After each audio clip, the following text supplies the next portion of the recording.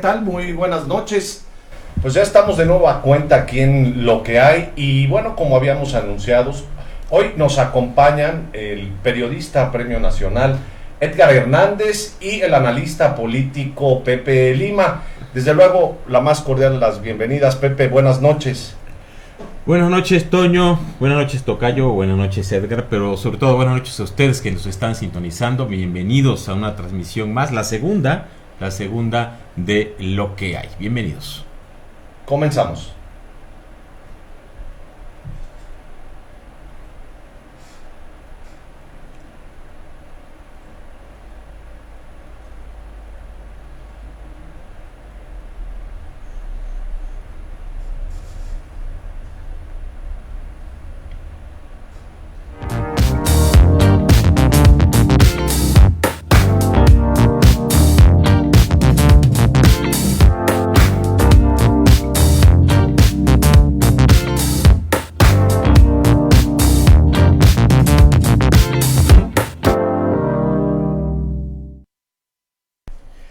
Pues qué bueno que está aquí con nosotros y bueno, pues tenemos muchos temas que platicar. Básicamente vamos a abordar dos tópicos.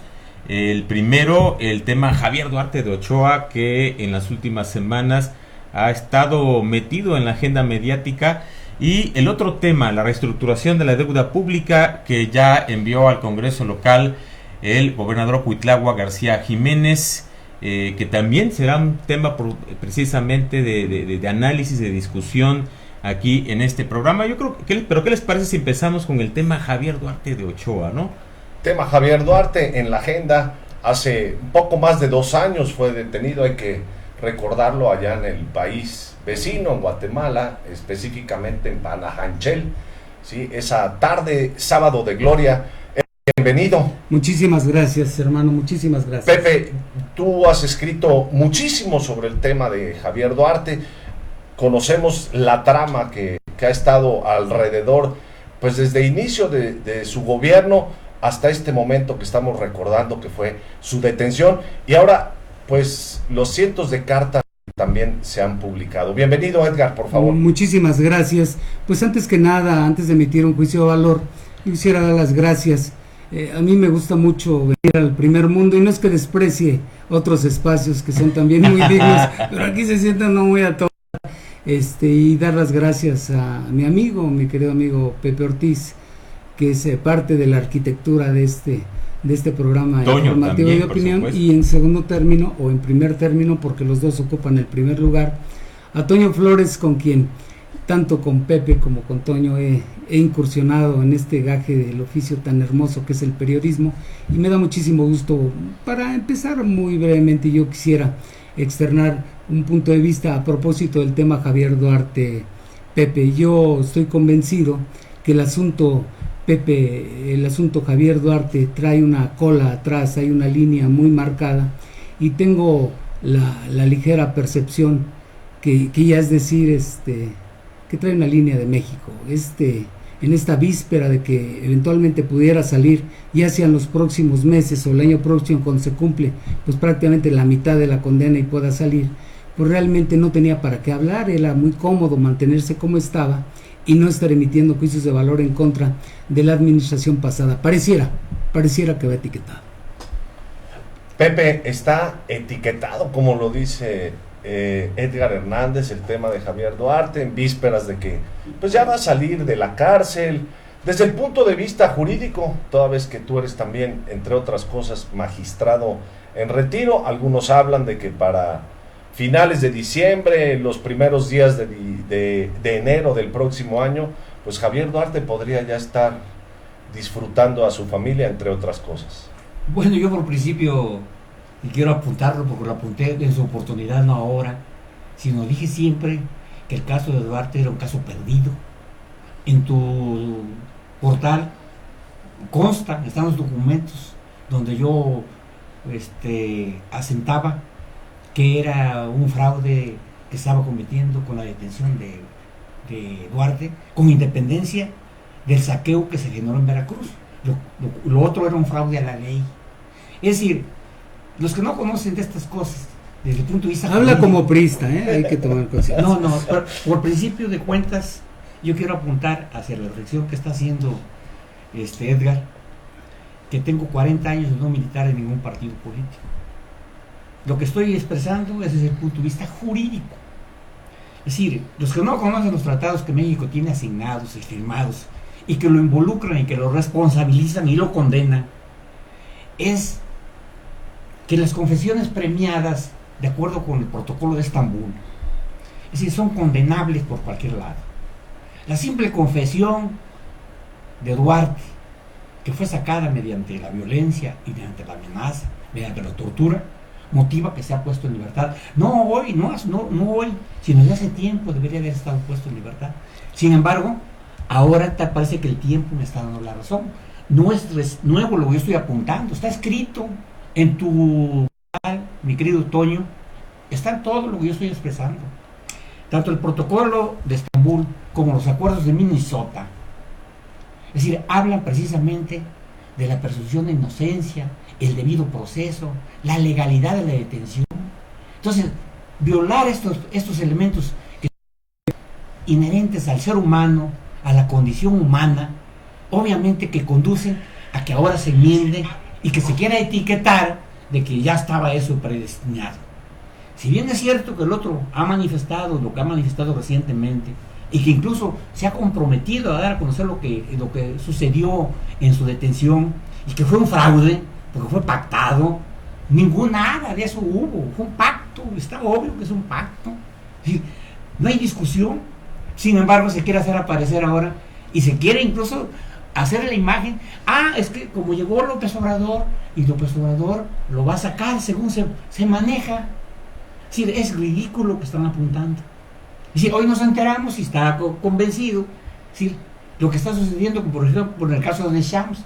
Si bien no hay ninguna intervención directa del presidente, y siento que no la haya, porque se ha manifestado él en la forma tal de que no tiene propósitos de venganza, porque si eso fuera, pues a Miguel Ángel lo tendría en la cárcel. Sin embargo, Miguel Ángel está en libertad, pese a que hay acusaciones. Miguel Ángel Yunes, pese a que hay una denuncia presentada por los maestros por un fraude en el manejo de los recursos de los maestros cuando estaban en el ISSSTE, y pese a que el mismo gobernador Duarte presentó una denuncia debidamente integrada en contra del exgobernador de Veracruz, Miguel Ángel Yunes, y sin embargo no se ha procedido.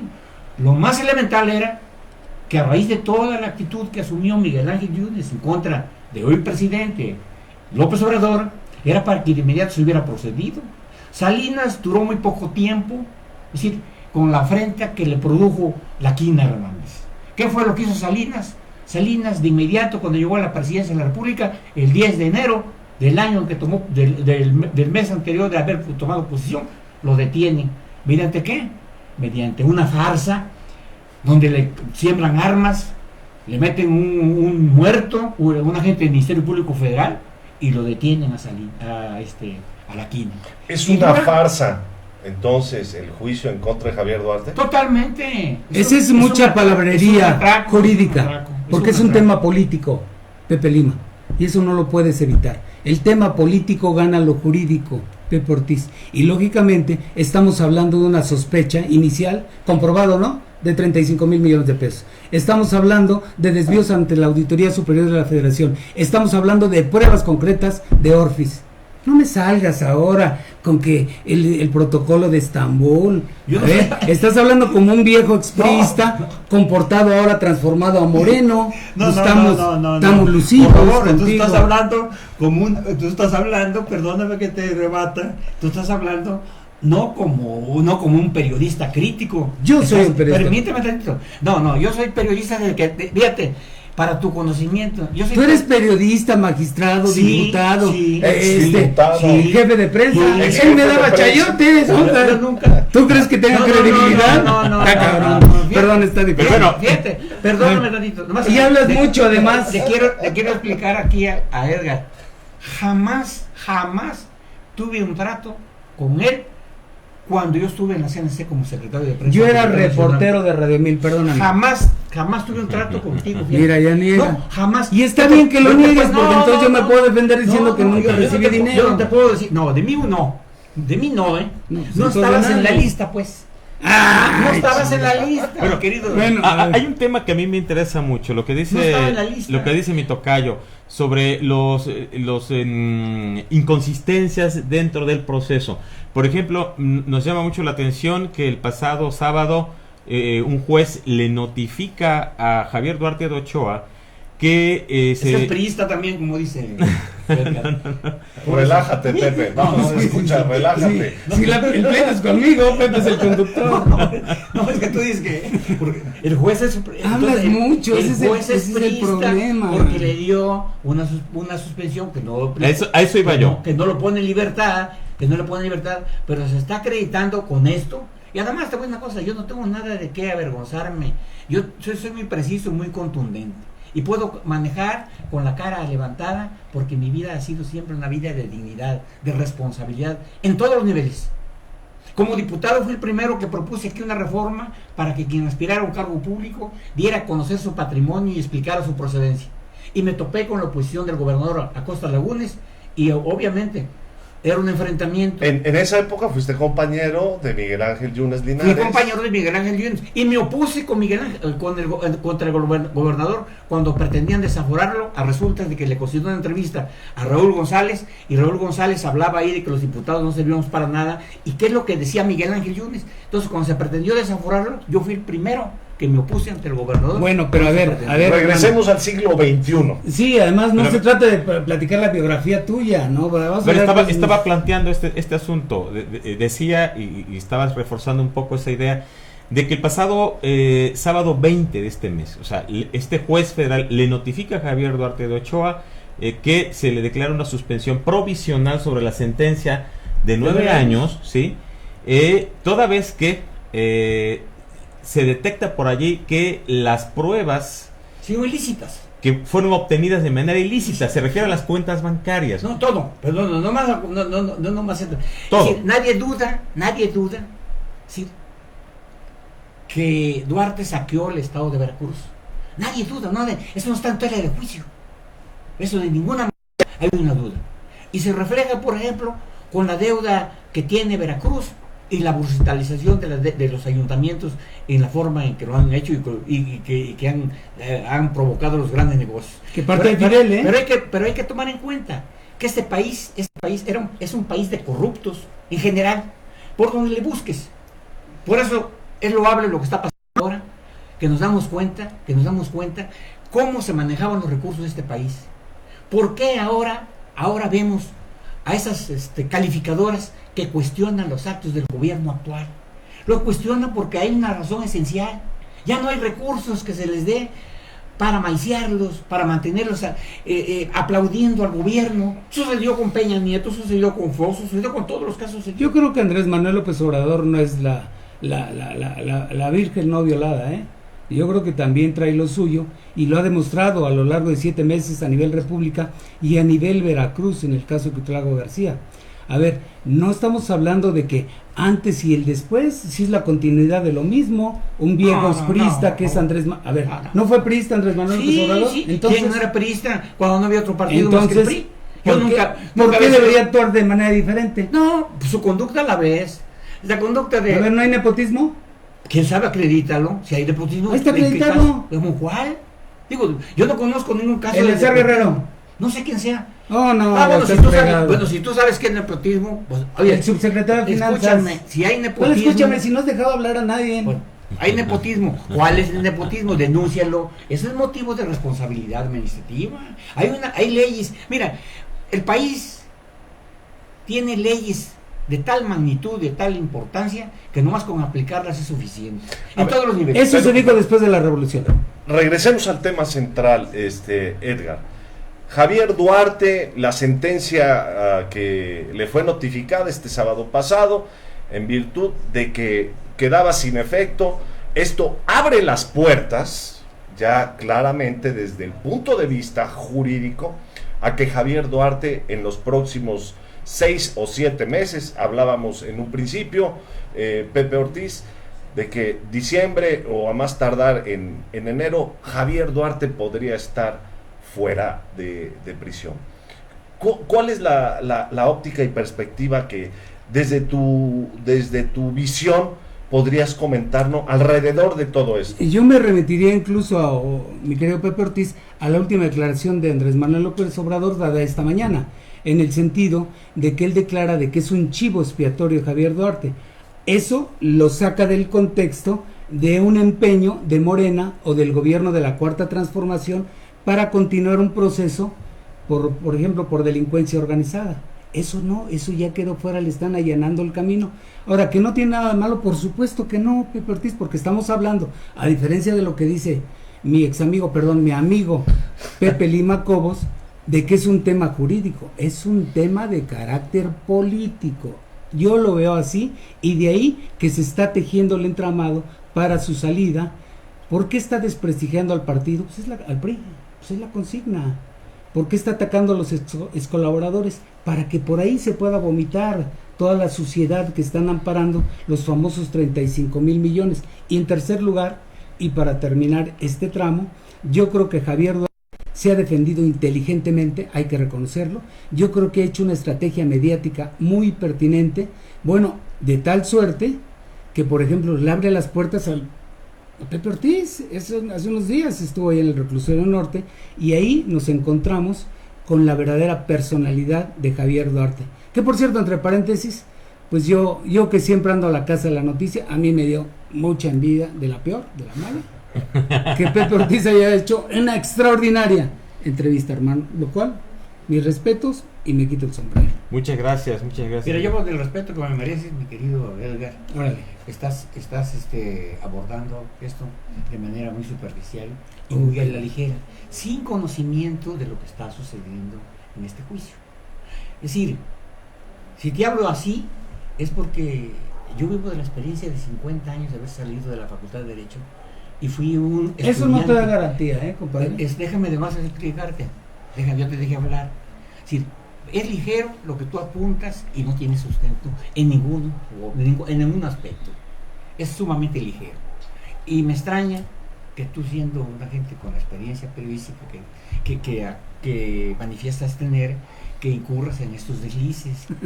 Sinceramente lo digo con todo respeto. No, eso no es con todo respeto. No, es un desliz lo que estás diciendo. Es decir, esto que estoy apuntando a Toño es un testigo presencial. Aquí está en mi presencia, y él tiene los documentos que yo publiqué, yo lo dije. Tú no eres la Biblia, compadre, tú no eres la Biblia. Tú lo que dices, lo veo, no es la Biblia, no es la ley, Yo le dije al gobernador Yunes en la parroquia, en presencia de Rafael Arias y de otras personas, cuando me preguntó, oye, entonces tú perdonas, porque había leído mis artículos en La Jornada, y obviamente pues paso también en el portal de Toño, ¿tú perdonarías a Duarte? Digo, no se trata de perdonar. Se trata de que lo que estás haciendo aquí es incorrecto. Si incluso, digo, estás poniendo en ridículo al Estado. ¿Qué significa eso? Que tú estás recibiendo un recurso que no te pertenece ya.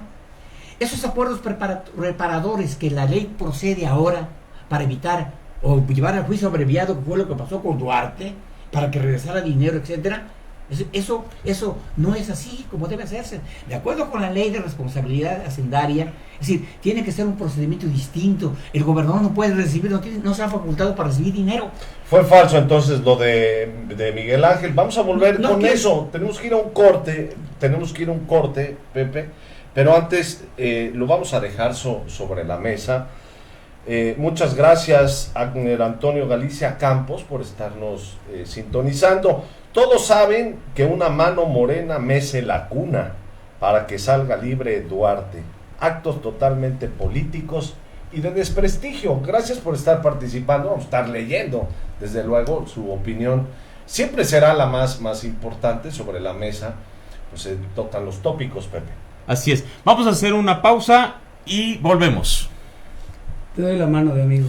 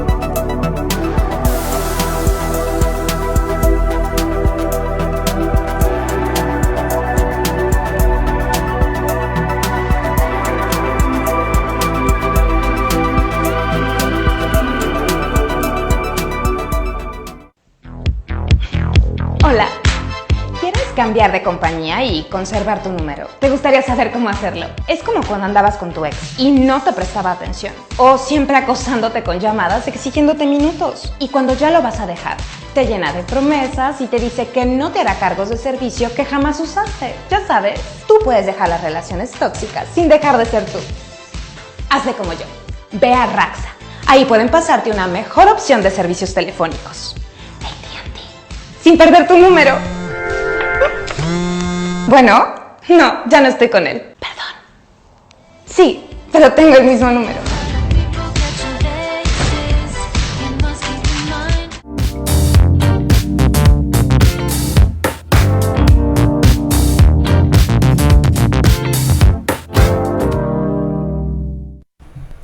Bueno, pues ya estamos de regreso aquí en Lo que hay. Las cosas están poniendo con una línea muy caliente, surgen muchas versiones. Línea caliente. Y espero que también sea con palabras claras todo lo que esta noche aquí se vaya comentando. Y bueno, en ese sentido, déjeme recordarle a usted de manera muy respetuosa, pues este lunes en el portal de versiones.com.mx, pues fue publicada una crónica que se deriva de una entrevista personal en el interior del reclusorio norte de la Ciudad de México entre el periodista, mi compañero José Ortiz, y el exgobernador de Veracruz, Javier Duarte. Pepe, a mí sí me gustaría, ya está publicada, fue trending topic el día lunes. Sin embargo, de manera también muy respetuosa, pues cuéntanos otros detalles, no solo lo de los loros que viste por ahí y cómo entraste y que conociste al abogado, al prestigiado abogado Juan Collado, a su señora esposa sí, y cierto, sí. a sus hijos. Y bueno, pues hasta te echaste un lechón. Así es. Sí, efectivamente hace unos 15 días más o menos empecé a tramitar y a solicitar la entrevista a Javier Duarte de Ochoa. Por parte de las autoridades penitenciarias no hubo ningún problema. Y bueno, ustedes saben que si un interno no lo autoriza, que puedas ingresar, no entras.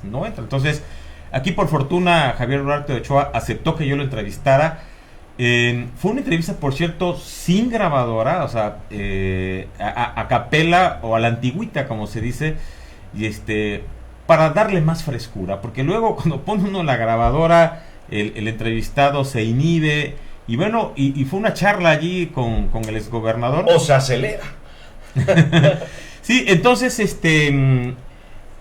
me llama la atención que cuando iba ingresando al área de celdas, me topo a Juan Collado. La verdad, yo no tenía la menor idea que Juan Collado fuera vecino, es vecino de Javier Duarte. ¿Y lo conocías físicamente? Sí, bueno, en fotos, pero así personalmente yo nunca había visto a Juan Collado. Entonces, estaba allí en una mesa pequeña con sus hijos, con su actual esposa, y un tipo muy caballeroso, por cierto. Nos saludamos, nos presentaron.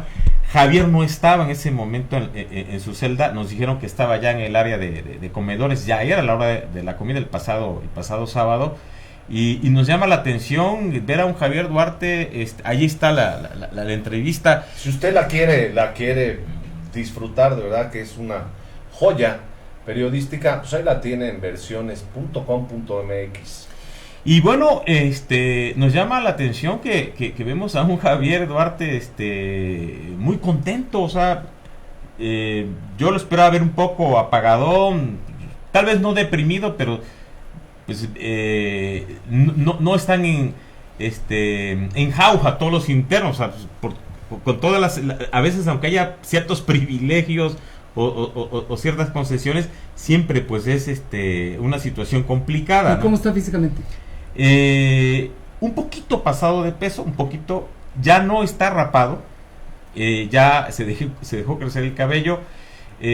Ya no tiene barba, no tiene barba, y con una guayabera color beige, el color que usan los internos, el color que usan los internos, y muy optimista, y ya después me enteré por qué estaba optimista, porque ese sábado precisamente que yo lo fui a ver, le acababan de notificar esta suspensión provisional sobre la sentencia de los 9 años. Y bueno, efectivamente iba a comerse allí, bueno, ya estaba preparado ahí un lechón, que es el rancho de todos los reclusos, ¿no? Ándale, sí. Y bueno, pues muy dicharachero, bromista, bromeaba con los internos. ¿Se ríe igual de fuerte que siempre? Con una risa estridente. Estridente. ¿No? Estridente, o una carcajada batiente, ¿no? Sí. Y charlamos aproximadamente 2-3 horas, ¿no? O sea, y él está muy seguro, abonando a lo que dice Pepe Lima, él está muy, muy seguro de salir pronto de la cárcel, ¿eh? Porque dice, como lo dice Pepe Lima, que hay muchas irregularidades en su proceso, ¿sí? Muchas irregularidades, y que él pronto va a estar fuera de la calle. Incluso empezó a hacer ya planes de que estoy ya platicando con algunos amigos, ¿a qué nos vamos a dedicar? ¿Qué vamos a hacer? Tenemos que reinventarnos, dijo Javier Duarte de Ochoa, ¿no? Edgar, ese sentir que nos cuenta Pepe en su crónica, hoy mismo aquí en Lo que hay, ¿qué te deja a ti en más de 40 años de periodismo? Has visto lo que muchos de nosotros ni siquiera lo hemos vivido. ¿Qué te deja todo ese sentir de Javier Duarte, su actitud, la situación jurídica que ya está, o aprovechando el nombre del programa, es lo que hay, sí. Ahí está? A Pepe Lima afirma, sí coincido en esa parte jurídicamente, de que es una víctima del sistema desde el punto de vista jurídico. Entraremos al punto de vista social, por favor. Fíjate que a mí lo que me evoca la entrevista, aparte de la diarrea que me dio por no haber sido yo el que lo entrevisté, lo que me evoca es que a mí me toca entrevistar a Javier Duarte 48 horas antes de que pidiera licencia y se escapara, ¿no? Yo, a invitación de Ramón Ferrari, que creo era el secretario de Agricultura, no me acuerdo bien, de Sedarpa o Sedarpa. Sí, desarrollo La Sedarpa. De la Sedarpa, él me lleva allá a las carpas, allá en el Encero, donde tenía unas oficinas montadas. Él ya estaba viviendo en el club de golf enfrente, y vi que en ese momento bajó el helicóptero con su esposa, con Karime. Algo le dijo, y él se mostró muy satisfecho, algo referido a Estados Unidos, porque le dijo, y lo de los pasaportes, todo bien, y ella asintió nada más con la cabeza. A lo lejos, así donde está Carla, me vio, pero no hizo ninguna otra expresión. Karime Macías, nos sentamos a platicar, yo creo que aproximadamente unos 7 minutos. Yo lo sentí ya muy nervioso, pero muy optimista. Lo sentí también muy seguro de que traía la película muy armada, y es ahí cuando me desliza algunas notas que yo publico, una de ellas de los 32 videos que tenía él guardados y que había dejado 14 en Casa Veracruz. El cateo, ¿no? Un supuesto cateo en ese entonces a Miguel Ángel Yunes, a su casa del Estero. ¿Te acuerdas? Y sí, que incluso claro, sacan uno de los videos, del cual yo tengo copia, donde sale Beltrones, donde sale Héctor Yunes, y donde se ven unas maletas donde presuntamente hay dinero. Ya en otra parte de la charla brevísima, yo le digo, oye, pues la próxima vez que yo te vea, pues seguramente te iré a visitar a la cárcel. Y él se molesta mucho, da por terminada la plática, con su clásico estilo de que es muy, muy mal hablado, ¿no? Entonces ya cuando nos despedimos, me dijo, no, pero yo voy a hacer en su momento una serie de revelaciones. Eso es lo que me deja la lectura de la entrevista de Pepe Ortiz, de que él ya tenía su plan tan armado, que me da la impresión, para concluir esta parte, de que él prácticamente desde que arranca el sexenio, sabiendo todo lo que se había comido Fidel Herrera Beltrán, siendo el secretario de Finanzas, él se empezó a preparar, ahora sí que como dice Pepe Lima Cobos, jurídicamente, para armarse una buena defensa, para hacer una buena respuesta de carácter mediático, para proteger a sus hijos, para proteger por supuesto a su esposa, y sobre todo para saber qué podía proteger del dinero, porque de que hubo dinero por medio no tengo la menor duda. En fin, Edgar, esa es una reflexión. 2 preguntas en monólogo. ¿Javier Duarte, víctima del sistema político mexicano, o Javier Duarte, caja china del actual gobierno federal? Yo la verdad lo que podría opinar, y además con algún razonamiento de soporte, yo trabajé 23 años con el hombre leyenda, con Fernando Gutiérrez Barrios, y aprendí mucho de lo que es el respeto a la palabra, aprendí mucho de los acuerdos abajo de la mesa, aprendí mucho de lo que son las negociaciones que se cumplían sin papeles de por medio. Yo creo que eso le pasó con Osorio Chong, de que pactaron por instrucciones del presidente y que a la hora de la hora lo dejaron embarcado, lo colgaron a la Procuraduría General de la República, lo hicieron que entregara dinero. Peña Nieto le mandó dinero para que entregara, fíjate, los propios ex colaboradores de Peña Nieto, y ahí se arma todo un tinglado que da lugar a todo este show mediático que arranca en Guatemala, que es a donde él llega a entregarse. Pepe, víctima del sistema Javier Duarte o caja china del gobierno federal, sí, en concreto. Porque tenemos que terminar esta parte. Es que no se puede decir en concreto una cosa tan trascendente. Pues si no tienes toda la noche para el programa. Es decir, la Auditoría Superior de la Federación no es Linares el que provoca que Duarte entra a la cárcel. Es la Auditoría Superior de la Federación, que depende de la Cámara de Diputados, que resulta de las auditorías que había realizado se detectó la desviación de recursos de forma tan terrible en Veracruz, y es el que consigna el expediente. Aquí lo que tenemos que saber es qué molestó al presidente, se me ocurre, al presidente Peña Nieto, qué pasó el presidente o qué pasó con Duarte, porque Duarte, las últimas expresiones son de que él participó en muchas cuestiones con el presidente, o bien si fue un acto soberano, porque además la ventaja ahora con la Auditoría Superior de la Federación es que tiene plena autonomía para poder actuar y para poder consignar. Entonces, no quiero pensar, ¿sí?, que fue un arreglo entre la Procuraduría y el presidente de la República para que se actuara contra... Aunque lo haya declarado Javier. No, aunque lo haya declarado. No es decir, tú no puedes saber si realmente el presidente le ordenó al auditor, le ordenó que consignara el expediente. Pepe, en política no se puede pecar de inocente, ¿eh? Eso sí te lo puedo decir. Bueno, hay un punto interesante de las últimas entrevistas que concedió Javier Duarte a otros medios.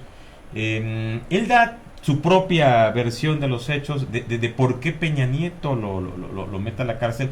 Él dice que necesitaba el entonces presidente de la República precisamente una caja china, luego de los escándalos de la Casa Blanca, y que Osorio Chong lo convence de que había que mandar el mensaje a la ciudadanía de que sí se estaba combatiendo la corrupción en serio y que iban a empezar hasta con los de casa, ¿no? Que era necesario, ¿no? Que era necesario, o sea, entonces, metiendo a la cárcel a un gobernador priista. Bueno, a muchos gobernadores. O a muchos gobernadores priistas. No fue nomás uno. Fueron Borges, Quintana Roo, Rodrigo Medina, Nuevo León, y el otro Duarte. Sí, esa fue la estrategia de Osorio y de Peña Nieto para tratar de revertir ya la animadversión de la ciudadanía hacia el PRI, ¿sí?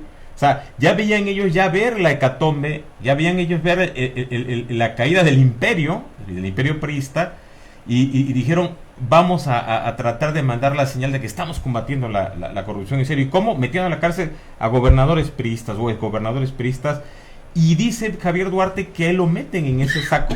¿Te lo dijo? No, lo declaró. A Aguirre lo declara y lo deja ver con Ciro Gómez Leiva. Ajá. Sí.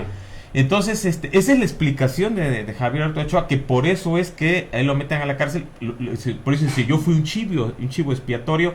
Y también, de paso, Javier Duarte desliza que Osorio Chong lo hace también porque dice que detrás de Osorio estaba Miguel Ángel Yunes Linares, diciendo, oye, pues aquí el que puedes meter primero a la cárcel es a Javier Duarte de Ochoa, ¿no? Esa es la versión de Javier Duarte, ¿no? Y que pudiera tener cierta lógica, ¿no? Vamos a mandar, déjame, por el respeto a nuestro auditorio, vamos a mandar un saludo a don Francisco Berlín, al doctor Francisco Berlín, a Guillermo Buches, a Marcos López, a José Guadalupe González, al doctor Rafael Grajales, quien manda un saludo a todos los del panel, Pepe, Edgar y Pepe Lima también. Está ese tema, pero tenemos que concluir, Pepe, con el tema Javier Duarte para entrar a la reestructuración del Estado. Conclusiones, Edgar, por favor. Yo lo que creo es que efectivamente, dada la circunstancia política, insisto en lo político, no hay la menor duda que Javier Duarte en breve o en mediano plazo quedará fuera y con ello quedará saldada la deuda, no para que regrese a la política, por supuesto, sino simple y sencillamente para que quede apartado de la retención carcelaria. En segundo lugar, creo que es parte de los pactos de la Cuarta Transformación que encabeza Andrés Manuel López Obrador, y en tercer lugar, creo que esta situación, insisto, fue pactada. Pepe. Bueno, yo lo único que pienso y que afirmo y que sostengo es que la Procuraduría General de la República, a través de Cervantes, es decir, no cumplió con la función que debería haber cumplido, de haber integrado una averiguación previa o una carpeta de investigación debidamente robusta y no incurrir su personal en las violaciones tan flagrantes a los derechos humanos de una persona presunto responsable de actos de criminalidad. Entonces, a eso llevó. Para mí la cosa política sí es relevante, y lo viví en épocas en que yo estaba dentro del sistema durante mucho tiempo, de que las indicaciones se cumplían. En este momento creo que esto es totalmente diferente. Es decir, la presión ejercida por el exgobernador de Veracruz, Miguel Ángel Yunes, a través de Chong, que era el secretario de Gobernación, al procurador, llevaron a que el procurador que quiso el presidente hacerlo ministro de la Corte, es decir, lo llevara a incurrir en este tipo de cuestiones que empañaron todo el proceso. Todo el proceso lo empañaron, y es un proceso totalmente viciado, de origen. Entonces, en el pecado se lleva la penitencia. Es decir, por actuar de manera espectacular e irresponsable en el cumplimiento de lo que las leyes señalan, se actuó de esta manera, con esta ligereza. Es decir, y no se recuperó ni la mínima parte, y solamente se simuló que, de acuerdo con el nuevo Código Nacional de Procedimientos Penales, que señala la posibilidad de que la víctima y el victimario lleguen a un acuerdo, en este caso la víctima fue el gobierno de Veracruz, es decir, que sufrió las consecuencias de un arreglo que se hizo en la cúpula con la Procuraduría, sin tener las facultades para hacer eso.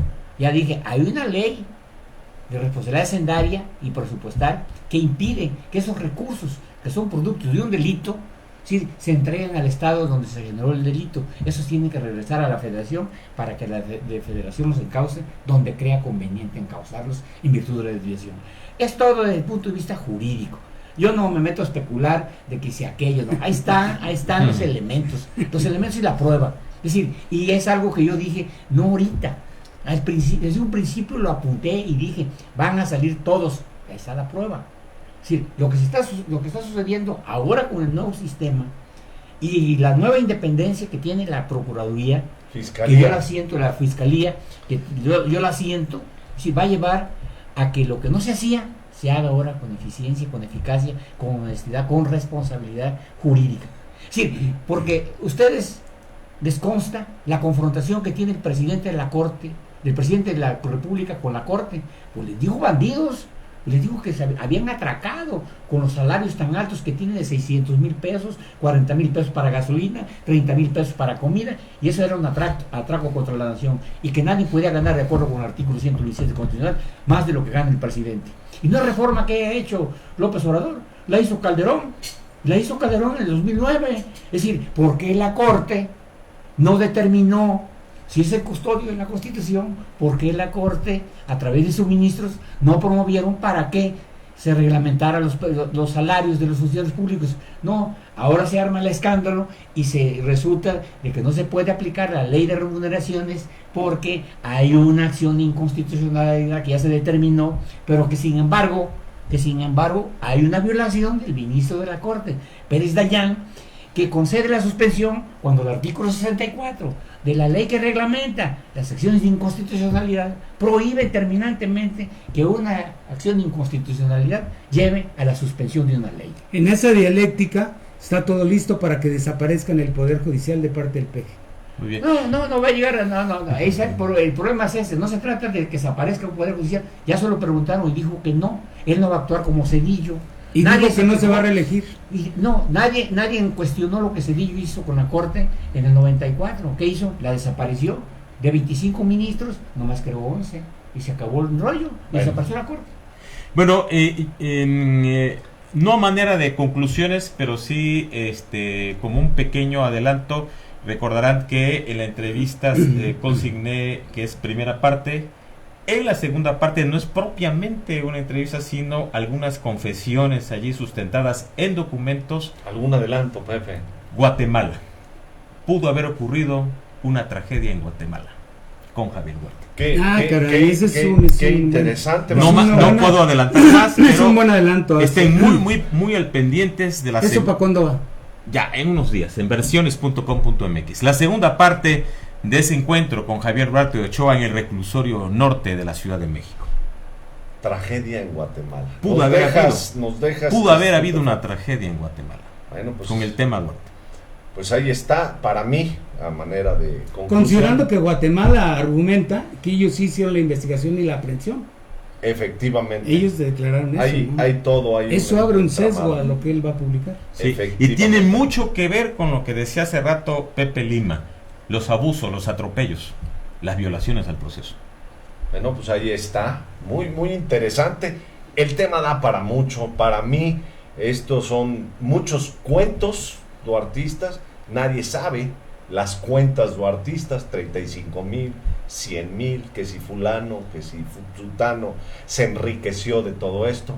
Ahí está, violaciones al proceso, el aspecto político, la especulación que hay alrededor de todo este tema, sin lugar a dudas, ¿sí? Pero usted siempre tendrá la mejor de las opiniones. Vamos a ir a nuestro segundo corte porque regresaremos con este tema, este anuncio del día de hoy del gobernador Cuitlahua García Jiménez respecto a la reestructuración de la deuda pública estatal, en donde también las cifras, esta lluvia de cifras, Pepe Lima, pues todos traemos otros datos. Todos traemos otros datos. Vamos a un corte y regresamos de inmediato.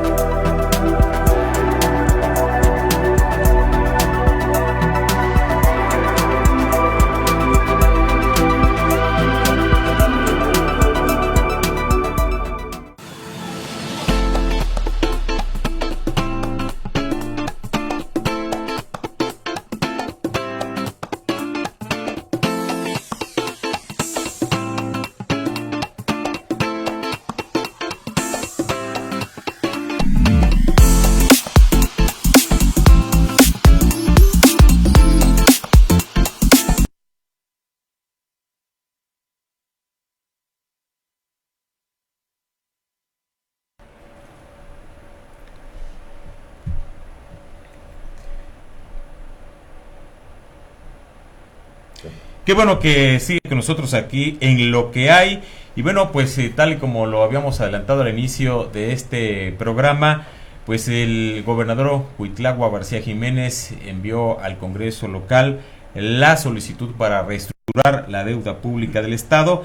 Y bueno, pues hoy anunció el mandatario estatal que se ahorrarán 4,600 millones de pesos con reestructura de la deuda pública.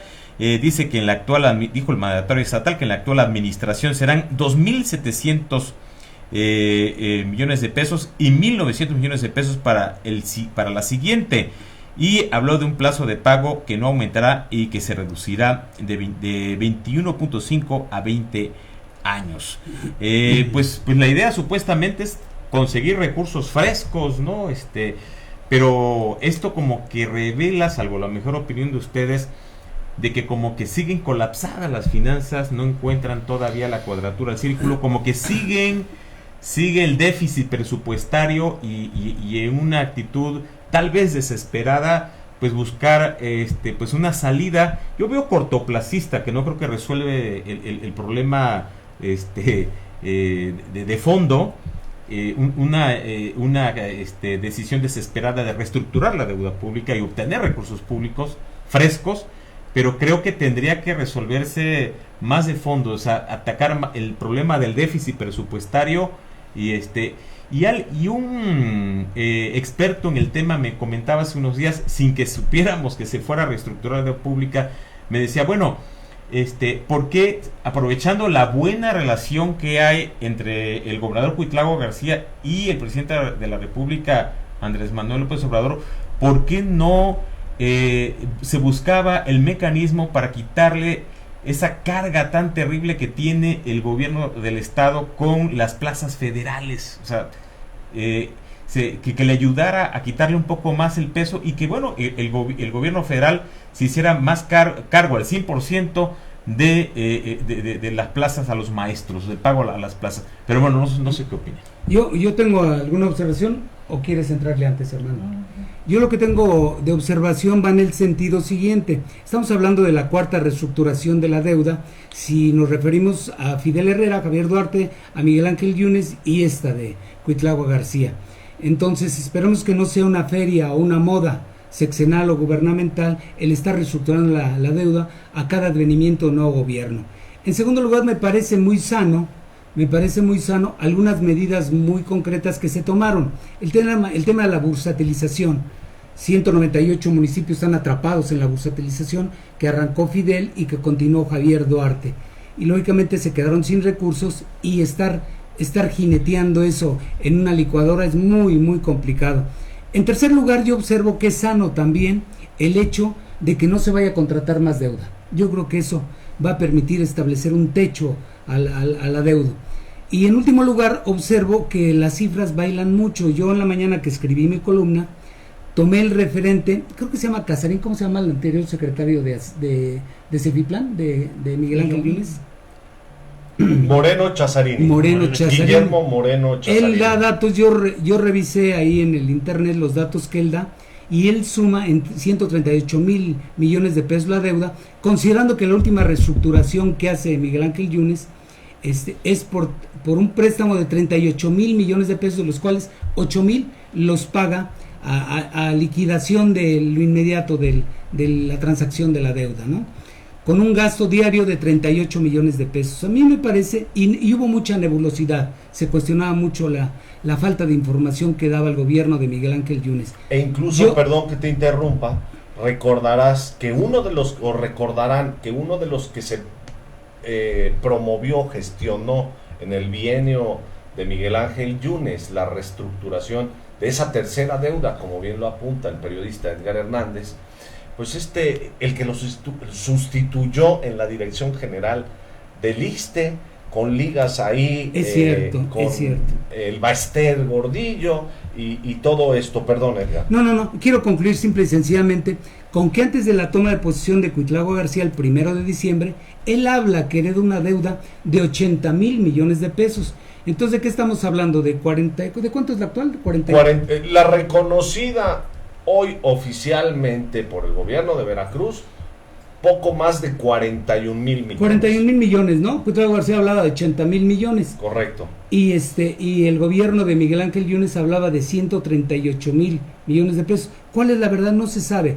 Ahora, ¿qué riesgo representa hablar de una deuda brutal? Pues estamos hablando de 2 generaciones para adelante. Antes de 30 años no tendremos capacidad para pagar la deuda. Correcto, coincido. Pepe. Bueno, el manoseo de la deuda va a ser permanente. Eso no es posible que se hable, el hecho de que se reestructure significa que se va a pagar. Si no hay capacidad de pago, tiene que estarse reestructurando. Lo mismo pasa con el FOAPROA. Es decir, es una deuda que dejó Cedillo al país y que es impagable. Como es impagable la deuda que tiene Veracruz. Lo que se está haciendo ahorita, se está nada más manoseando, reestructura la deuda,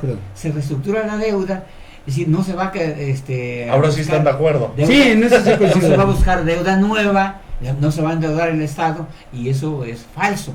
Lo primero que tiene que hacerse es buscarse un régimen de austeridad plena, auténtica, acabar con la excesiva burocracia y que el gobierno se convierta en un gobierno que sirva, no en un gobierno que se enriquezca. No es posible pagar una deuda que tiene Veracruz y tiene los ayuntamientos con sueldos de los regidores o presidentes municipales de 300 y 400 mil pesos que tiene. No es posible. Se tiene que partir primero por una situación auténticamente austera. Y está previsto en el artículo 127 de la Constitución, que prevé que nadie debe ganar más que el presidente y que se debe ajustar. Y no es posible que un regidor gane 100 mil pesos. Cuitlagua gana más que el No sé si Cuitlagua, perdón. Pues entérate, no se hermano. puede. No. ¿Cómo no sé? Yo te hablo en general, no sé, no conozco los tabuladores. Y lo único que te digo es que la deuda seguirá manoseándose. Ahora, en cuanto a lo que dices tú de que se le retire, el gobierno federal ya dispuso para evitar el manoseo de las plazas, que la educación va a ser federal totalmente. Ya no se van a manejar los cheques que se manejaron en la época de Dante o que se manejaron en la época de Chirinos, Miguel etc. Alemán. Ya no va a haber eso. Es decir, ¿pero qué se necesita primero? Pues acabar con los aviadores que tiene, en todos los niveles, el magisterio. ¿Todavía hay aviadores? Claro que hay aviadores. Tiene que terminarse con ese proceso completo. Porque ¿En dónde hay aviadores? ¿En la SEP? En todas las áreas. Porque el sindicato aún sigue ejerciendo la presión para tener a cientos de comisionados. Hay cientos de comisionados maestros que no trabajan y que cobran y que tienen 2 o 3 plazas. Es decir, y en Veracruz se vive una tragedia. Es decir, que se ha permitido la corrupción más amplia a nivel de, por ejemplo, del Instituto de Pensiones del Estado. Es un instituto que está quebrado y está quebrado como resultado de que se ha prostituido la pensión a grado tal de que en Veracruz hay jubilados que ganan 120 mil pesos mensuales. Pepe, Inadmisible. cuando tú fuiste magistrado, ¿cuánto ganabas? Y quiero apuntarte un detalle. Es decir, el presidente Cárdenas, que muchos denostan y no quieren, es decir, creó el ISSSTE y estableció que nadie podía jubilarse con más de 10 salarios mínimos. En el gobierno federal, nadie se puede jubilar con más de 10 salarios mínimos. Yo como jubilado no gano más de 10 salarios mínimos como salario. Es decir, como jubilado del ISSSTE, por ser magistrado, que ganaba yo un promedio de 80 mil pesos mensuales libres, yo percibo un salario por 24 años que estuve en el gobierno federal, es decir, aproximadamente de 15 mil pesos mensuales. No podían más, pero ahí hay un orden. Lo que se rompió ahorita, que fue lo que yo me beneficié, obviamente, como magistrado, que hay el seguro de gastos médicos mayores y una compensación garantizada para el servidor público de alto nivel, que se acabó ya. Sí, en donde yo aporto el 10% de mi sueldo y el gobierno federal aporta el 10% para acumular, lo que permite que un magistrado, que un funcionario del nivel del presidente, del secretario, del subsecretario, etcétera, y directores generales puedan tener una percepción cuando tú te jubilas. Es un dinero que se te devuelve, ¿me explico? Entonces, pero el ISSSTE no está tronado, si no está como el IPE de Veracruz. Si no está, allá nadie gana más de 120, más de 20 mil, 24 mil pesos es lo máximo. El licenciado Moya, siendo secretario de Gobernación, impugnó la ley del ISSSTE, me parece que es el artículo 10, en donde Moya Palencia. Esa impugnación, la Corte determinó que era improcedente porque estaba una ley en ese sentido y que tenía que respetarse. Pues la reestructuración anunciada hoy por el gobernador Cuitlagua García, en su conferencia de prensa hoy por la mañana en el Salón Juárez ahí de Palacio de Gobierno, pues garantiza cuando menos un ahorro, a decir del gobernador y de los funcionarios que están ocupados de las finanzas públicas, de poco más de 2,000 millones de pesos. Pero yo no sé, Pepe, Edgar, Pepe Lima, hay un punto muy importante a resaltar. El gobierno de Veracruz, a mi parecer, en la Secretaría de Finanzas, a pesar de que pudiera pensarse que hay inexperiencia por la edad de quien es el titular, yo creo, y esto lo dejo aquí con ustedes, está mostrando muchos tamaños, dicho con mucho respeto, muchos tamaños de manera positiva, que conoce además el tema, el manejo de las finanzas públicas. Y hace rato, justamente en el programa de Ventana a Ver, de cuyo titular, junto con el compañero Luis Ramírez Vaqueiro, en una entrevista del secretario José Luis Lima Franco, pues yo lo voy a decir de manera muy coloquial: debo no niego, pago no tengo. No fue lo que aplicó ahí, es debo no niego, papeles no dejaron. Es decir, lo vi muy echado para adelante, o mejor dicho, lo escuchamos muy echado para adelante, conocedor del tema, y yo creo que eso viene bien para Veracruz, al menos en ese tema, ¿no? Sabemos que la reestructuración pudiera especularse que hay un negocio detrás muy fuerte para algunos, para cierto sector, es muy probable.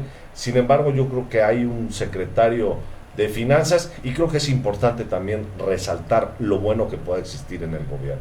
Sí, definitivamente, coincido contigo, Toño. Tiene buenas cartas el secretario de Finanzas. Creo que de los pocos funcionarios, secretarios de despacho que se salvan en esta administración. Vemos en otras áreas muy bajos perfiles y pocos resultados. Creo que ahí el titular de Cefiplan creo que está sorteando bien el vendaval, pero creo que no será una tarea fácil. Creo que todavía falta mucho más, muchísimo más por sacar el buey de la barranca. Yo te interrumpo, yo creo que tu tocayo, es mi tocayo, Pepe Lima, no es tu pariente, no, ¿es su sobrino? Tiene una gran experiencia. ¿Es su sobrino? ¿Sí es tu sobrino? No. Tú me dijiste. En Sambors me dijiste. Pero sí es mi sobrino. José Lima, mi cuate. Y ve que mentiroso es esto. No, yo nomás te quiero expresar una cosa. Tú me dijiste, hermano. Sí, bueno, sí, yo te sé. A lo mejor existe alguna relación. No, a lo mejor. Yo no puedo. Primo hermano. Yo lo único que te puedo decir que esta persona, es decir, quién es su papá, lo conozco. ¿Quién es? A ver. El papá de él se llama Genaro Lima Román. Él fue líder de la COROC de Poza Rica. Él nació en mi pueblo donde yo soy, de San Marcos. ¿Entiendes? Ahora, puede haber alguna relación con él. Yo no lo desmiento. ¿Algún parentesco lejano o cercano, si tú quieres. Cercano. Qué bueno que tú no lo desconoces como otros. Te estoy hablando de una persona que, por los datos que yo tengo, es una gente con experiencia y muy serio. Es decir, pero aquí, trae buen currículum. Pero aquí Veracruz necesita una cirugía mayor. Sí, pero por algo se empieza. Permíteme, mayor. Y les quiero decir una cosa que yo veo con toda objetividad. Se está actuando con prudencia. Y lo que tú dices, que no todo el equipo es como el secretario de Finanzas diciendo lo que sucede es muy sencillo. Es decir, lo que está pasando es que no se ha dado a conocer aún todo lo que hay de podridumbre en el gobierno del estado. Pero esa podridumbre no se puede hacer como lo hizo Yunes Linares. Se tiene que hacer mediante una robusta investigación, y no se va a poder hacer mientras tengamos o se tenga un fiscal que es producto del gobierno anterior. Pues lo mismo podemos decir del secretario de gobierno. Oye, pero la gente pide autonomía en ese tipo de órganos. Sí, espérame.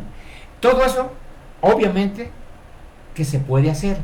Es decir, por una razón, porque ya no es nada más, de acuerdo con las nuevas leyes, no es nada más que la acción la ejercite el fiscal. El Estado puede integrar todo eso, y ya se hizo, ya hay una denuncia de incumplimiento de parte del fiscal.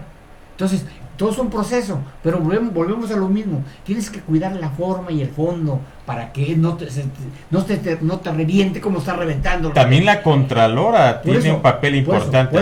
¿Qué opinas de la Contralora? Leslie Garibo Puga. No la conozco, no tengo referencias de ella, pero creo que la ley te dice lo que tienes que hacer. Lo único que tienes que hacer en Veracruz. ¿Y las declaraciones no cuentan? Es la ley. No, eso no tiene sustento. Lo que tú declares no tiene sustento. Lo que tiene sustento es lo que tú hagas en la ley.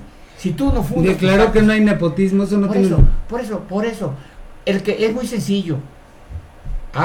la ley habla de responsabilidad cuando se da eso y un conflicto de intereses serio. Y da El motivo de nepotismo ya responsabilidad. no existe. Es en la conflicto ley. de interés. Claro, se da. Sería Se da. Se da y se tiene que castigar. Se tiene que castigar, evidentemente. ¿A Cuitláhuac? A cualquiera. No me interesa, a mí no me interesa Cuitláhuac, ni me interesa el secretario de Finanzas, aunque sea mi pariente. Si él incurre en responsabilidad, que se le finque responsabilidad. Sí, pero que se le finque responsabilidad adecuadamente. Sí, que se integre bien la averiguación, que se haga bien la carpeta, que sea robusta, que sea sólida. Lo que está pasando ahorita en el sistema federal. Sí, es muy fácil escandalizar y haber detenido a muchas personas que están involucradas. En el caso del aeropuerto, por ejemplo, de la Ciudad de México, que tanto se cuestiona, es cosa que se ahonden en las investigaciones y te vas a dar cuenta el mundo de corrupción que se anida en ese aeropuerto. Eso no hay duda, ¿eh?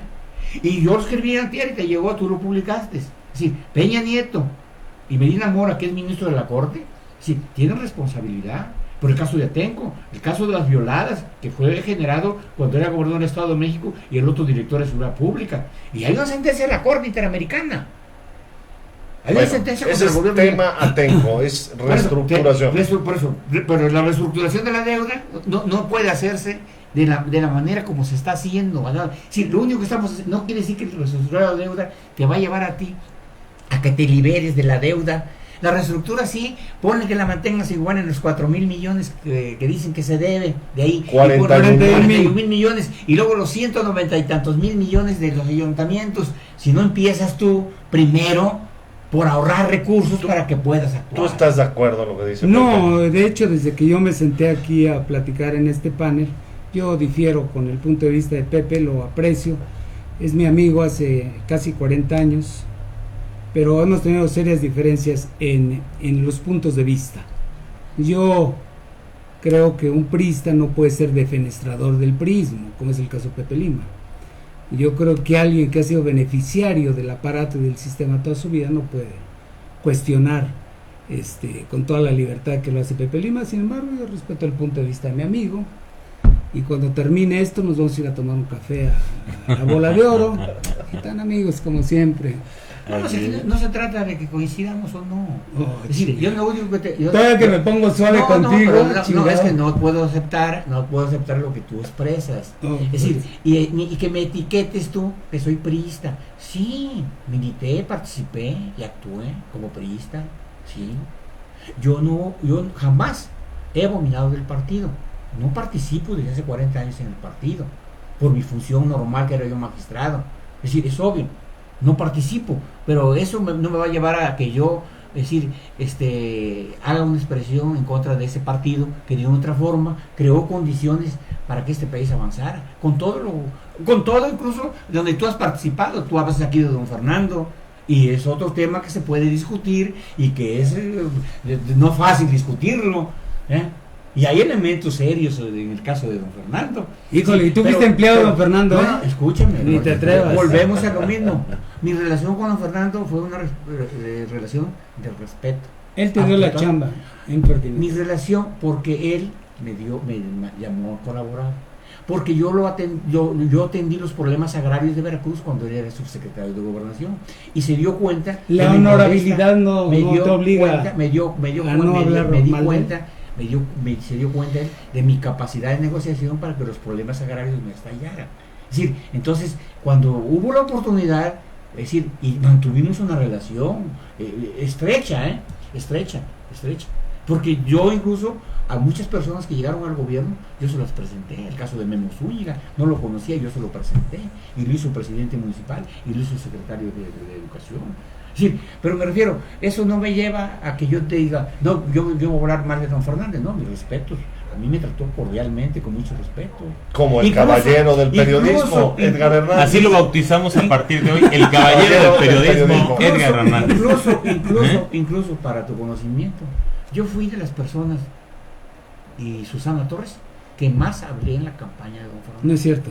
Lo que quieras. Yo estuve en toda la campaña. No es cierto, pero entonces no Llegaste al final, ya te no es benedicto. cierto, no. Pero bueno, ya ese es otro tema. Es otro Ya creo tema que se que nos podemos- acabó el tiempo, ¿verdad? Es Y otro estamos- tema que podemos discutir. Mírate. Conclusión, Fíjate que- la reestructuración en Déjame- este Yo momento creo que, No, yo creo no, que es correcta. Sí, yo creo que el de Oye, Cetiplan Totalmente de déjame, acuerdo. está actuando de manera adecuada. Está dando los primeros pasos. ahorita Pues, hacemos pero las es alusiones. personal. Pepe Sí. Lima, déjanos terminar civilizadamente.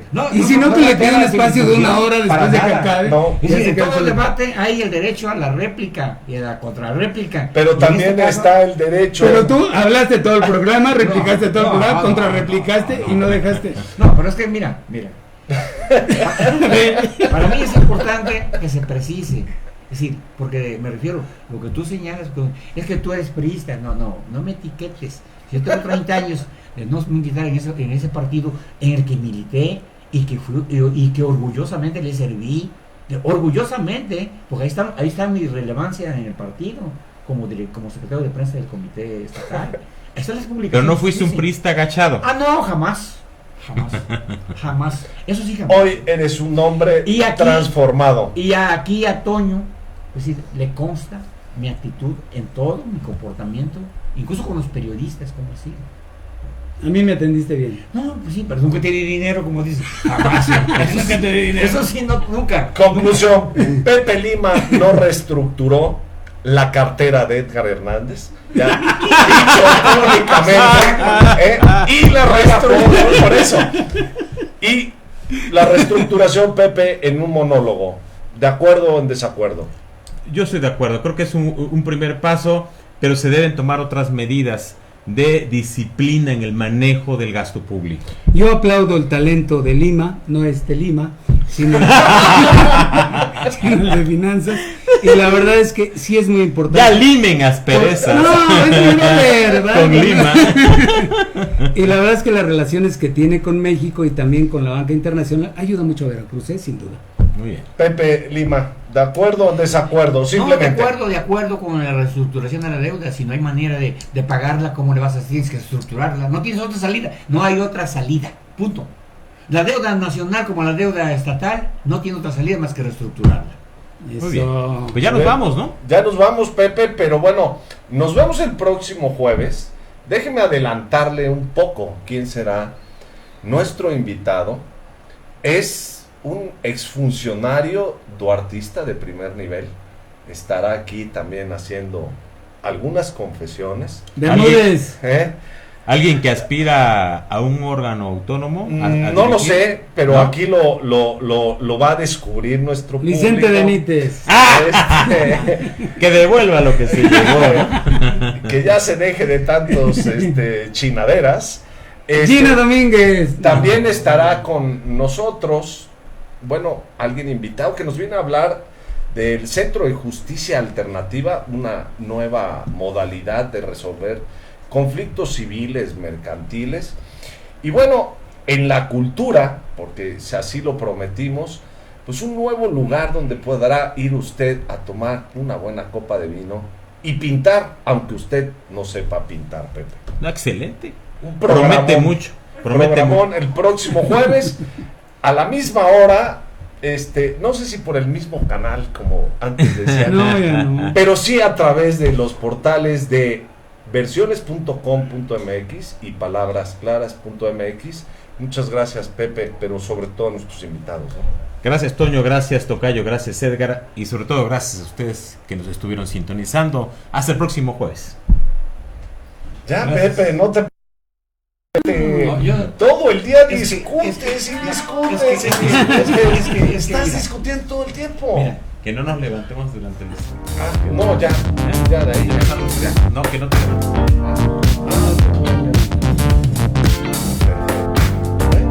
Es que mira, o sea, tú te peleas contigo hasta en el espejo. pelear no. Yo nomás estoy Es aclarando. polemista, es Estoy polemista. aclarando. polemista. Estoy aclarando que saques a la muy precisando. Es decir, yo no te puedo.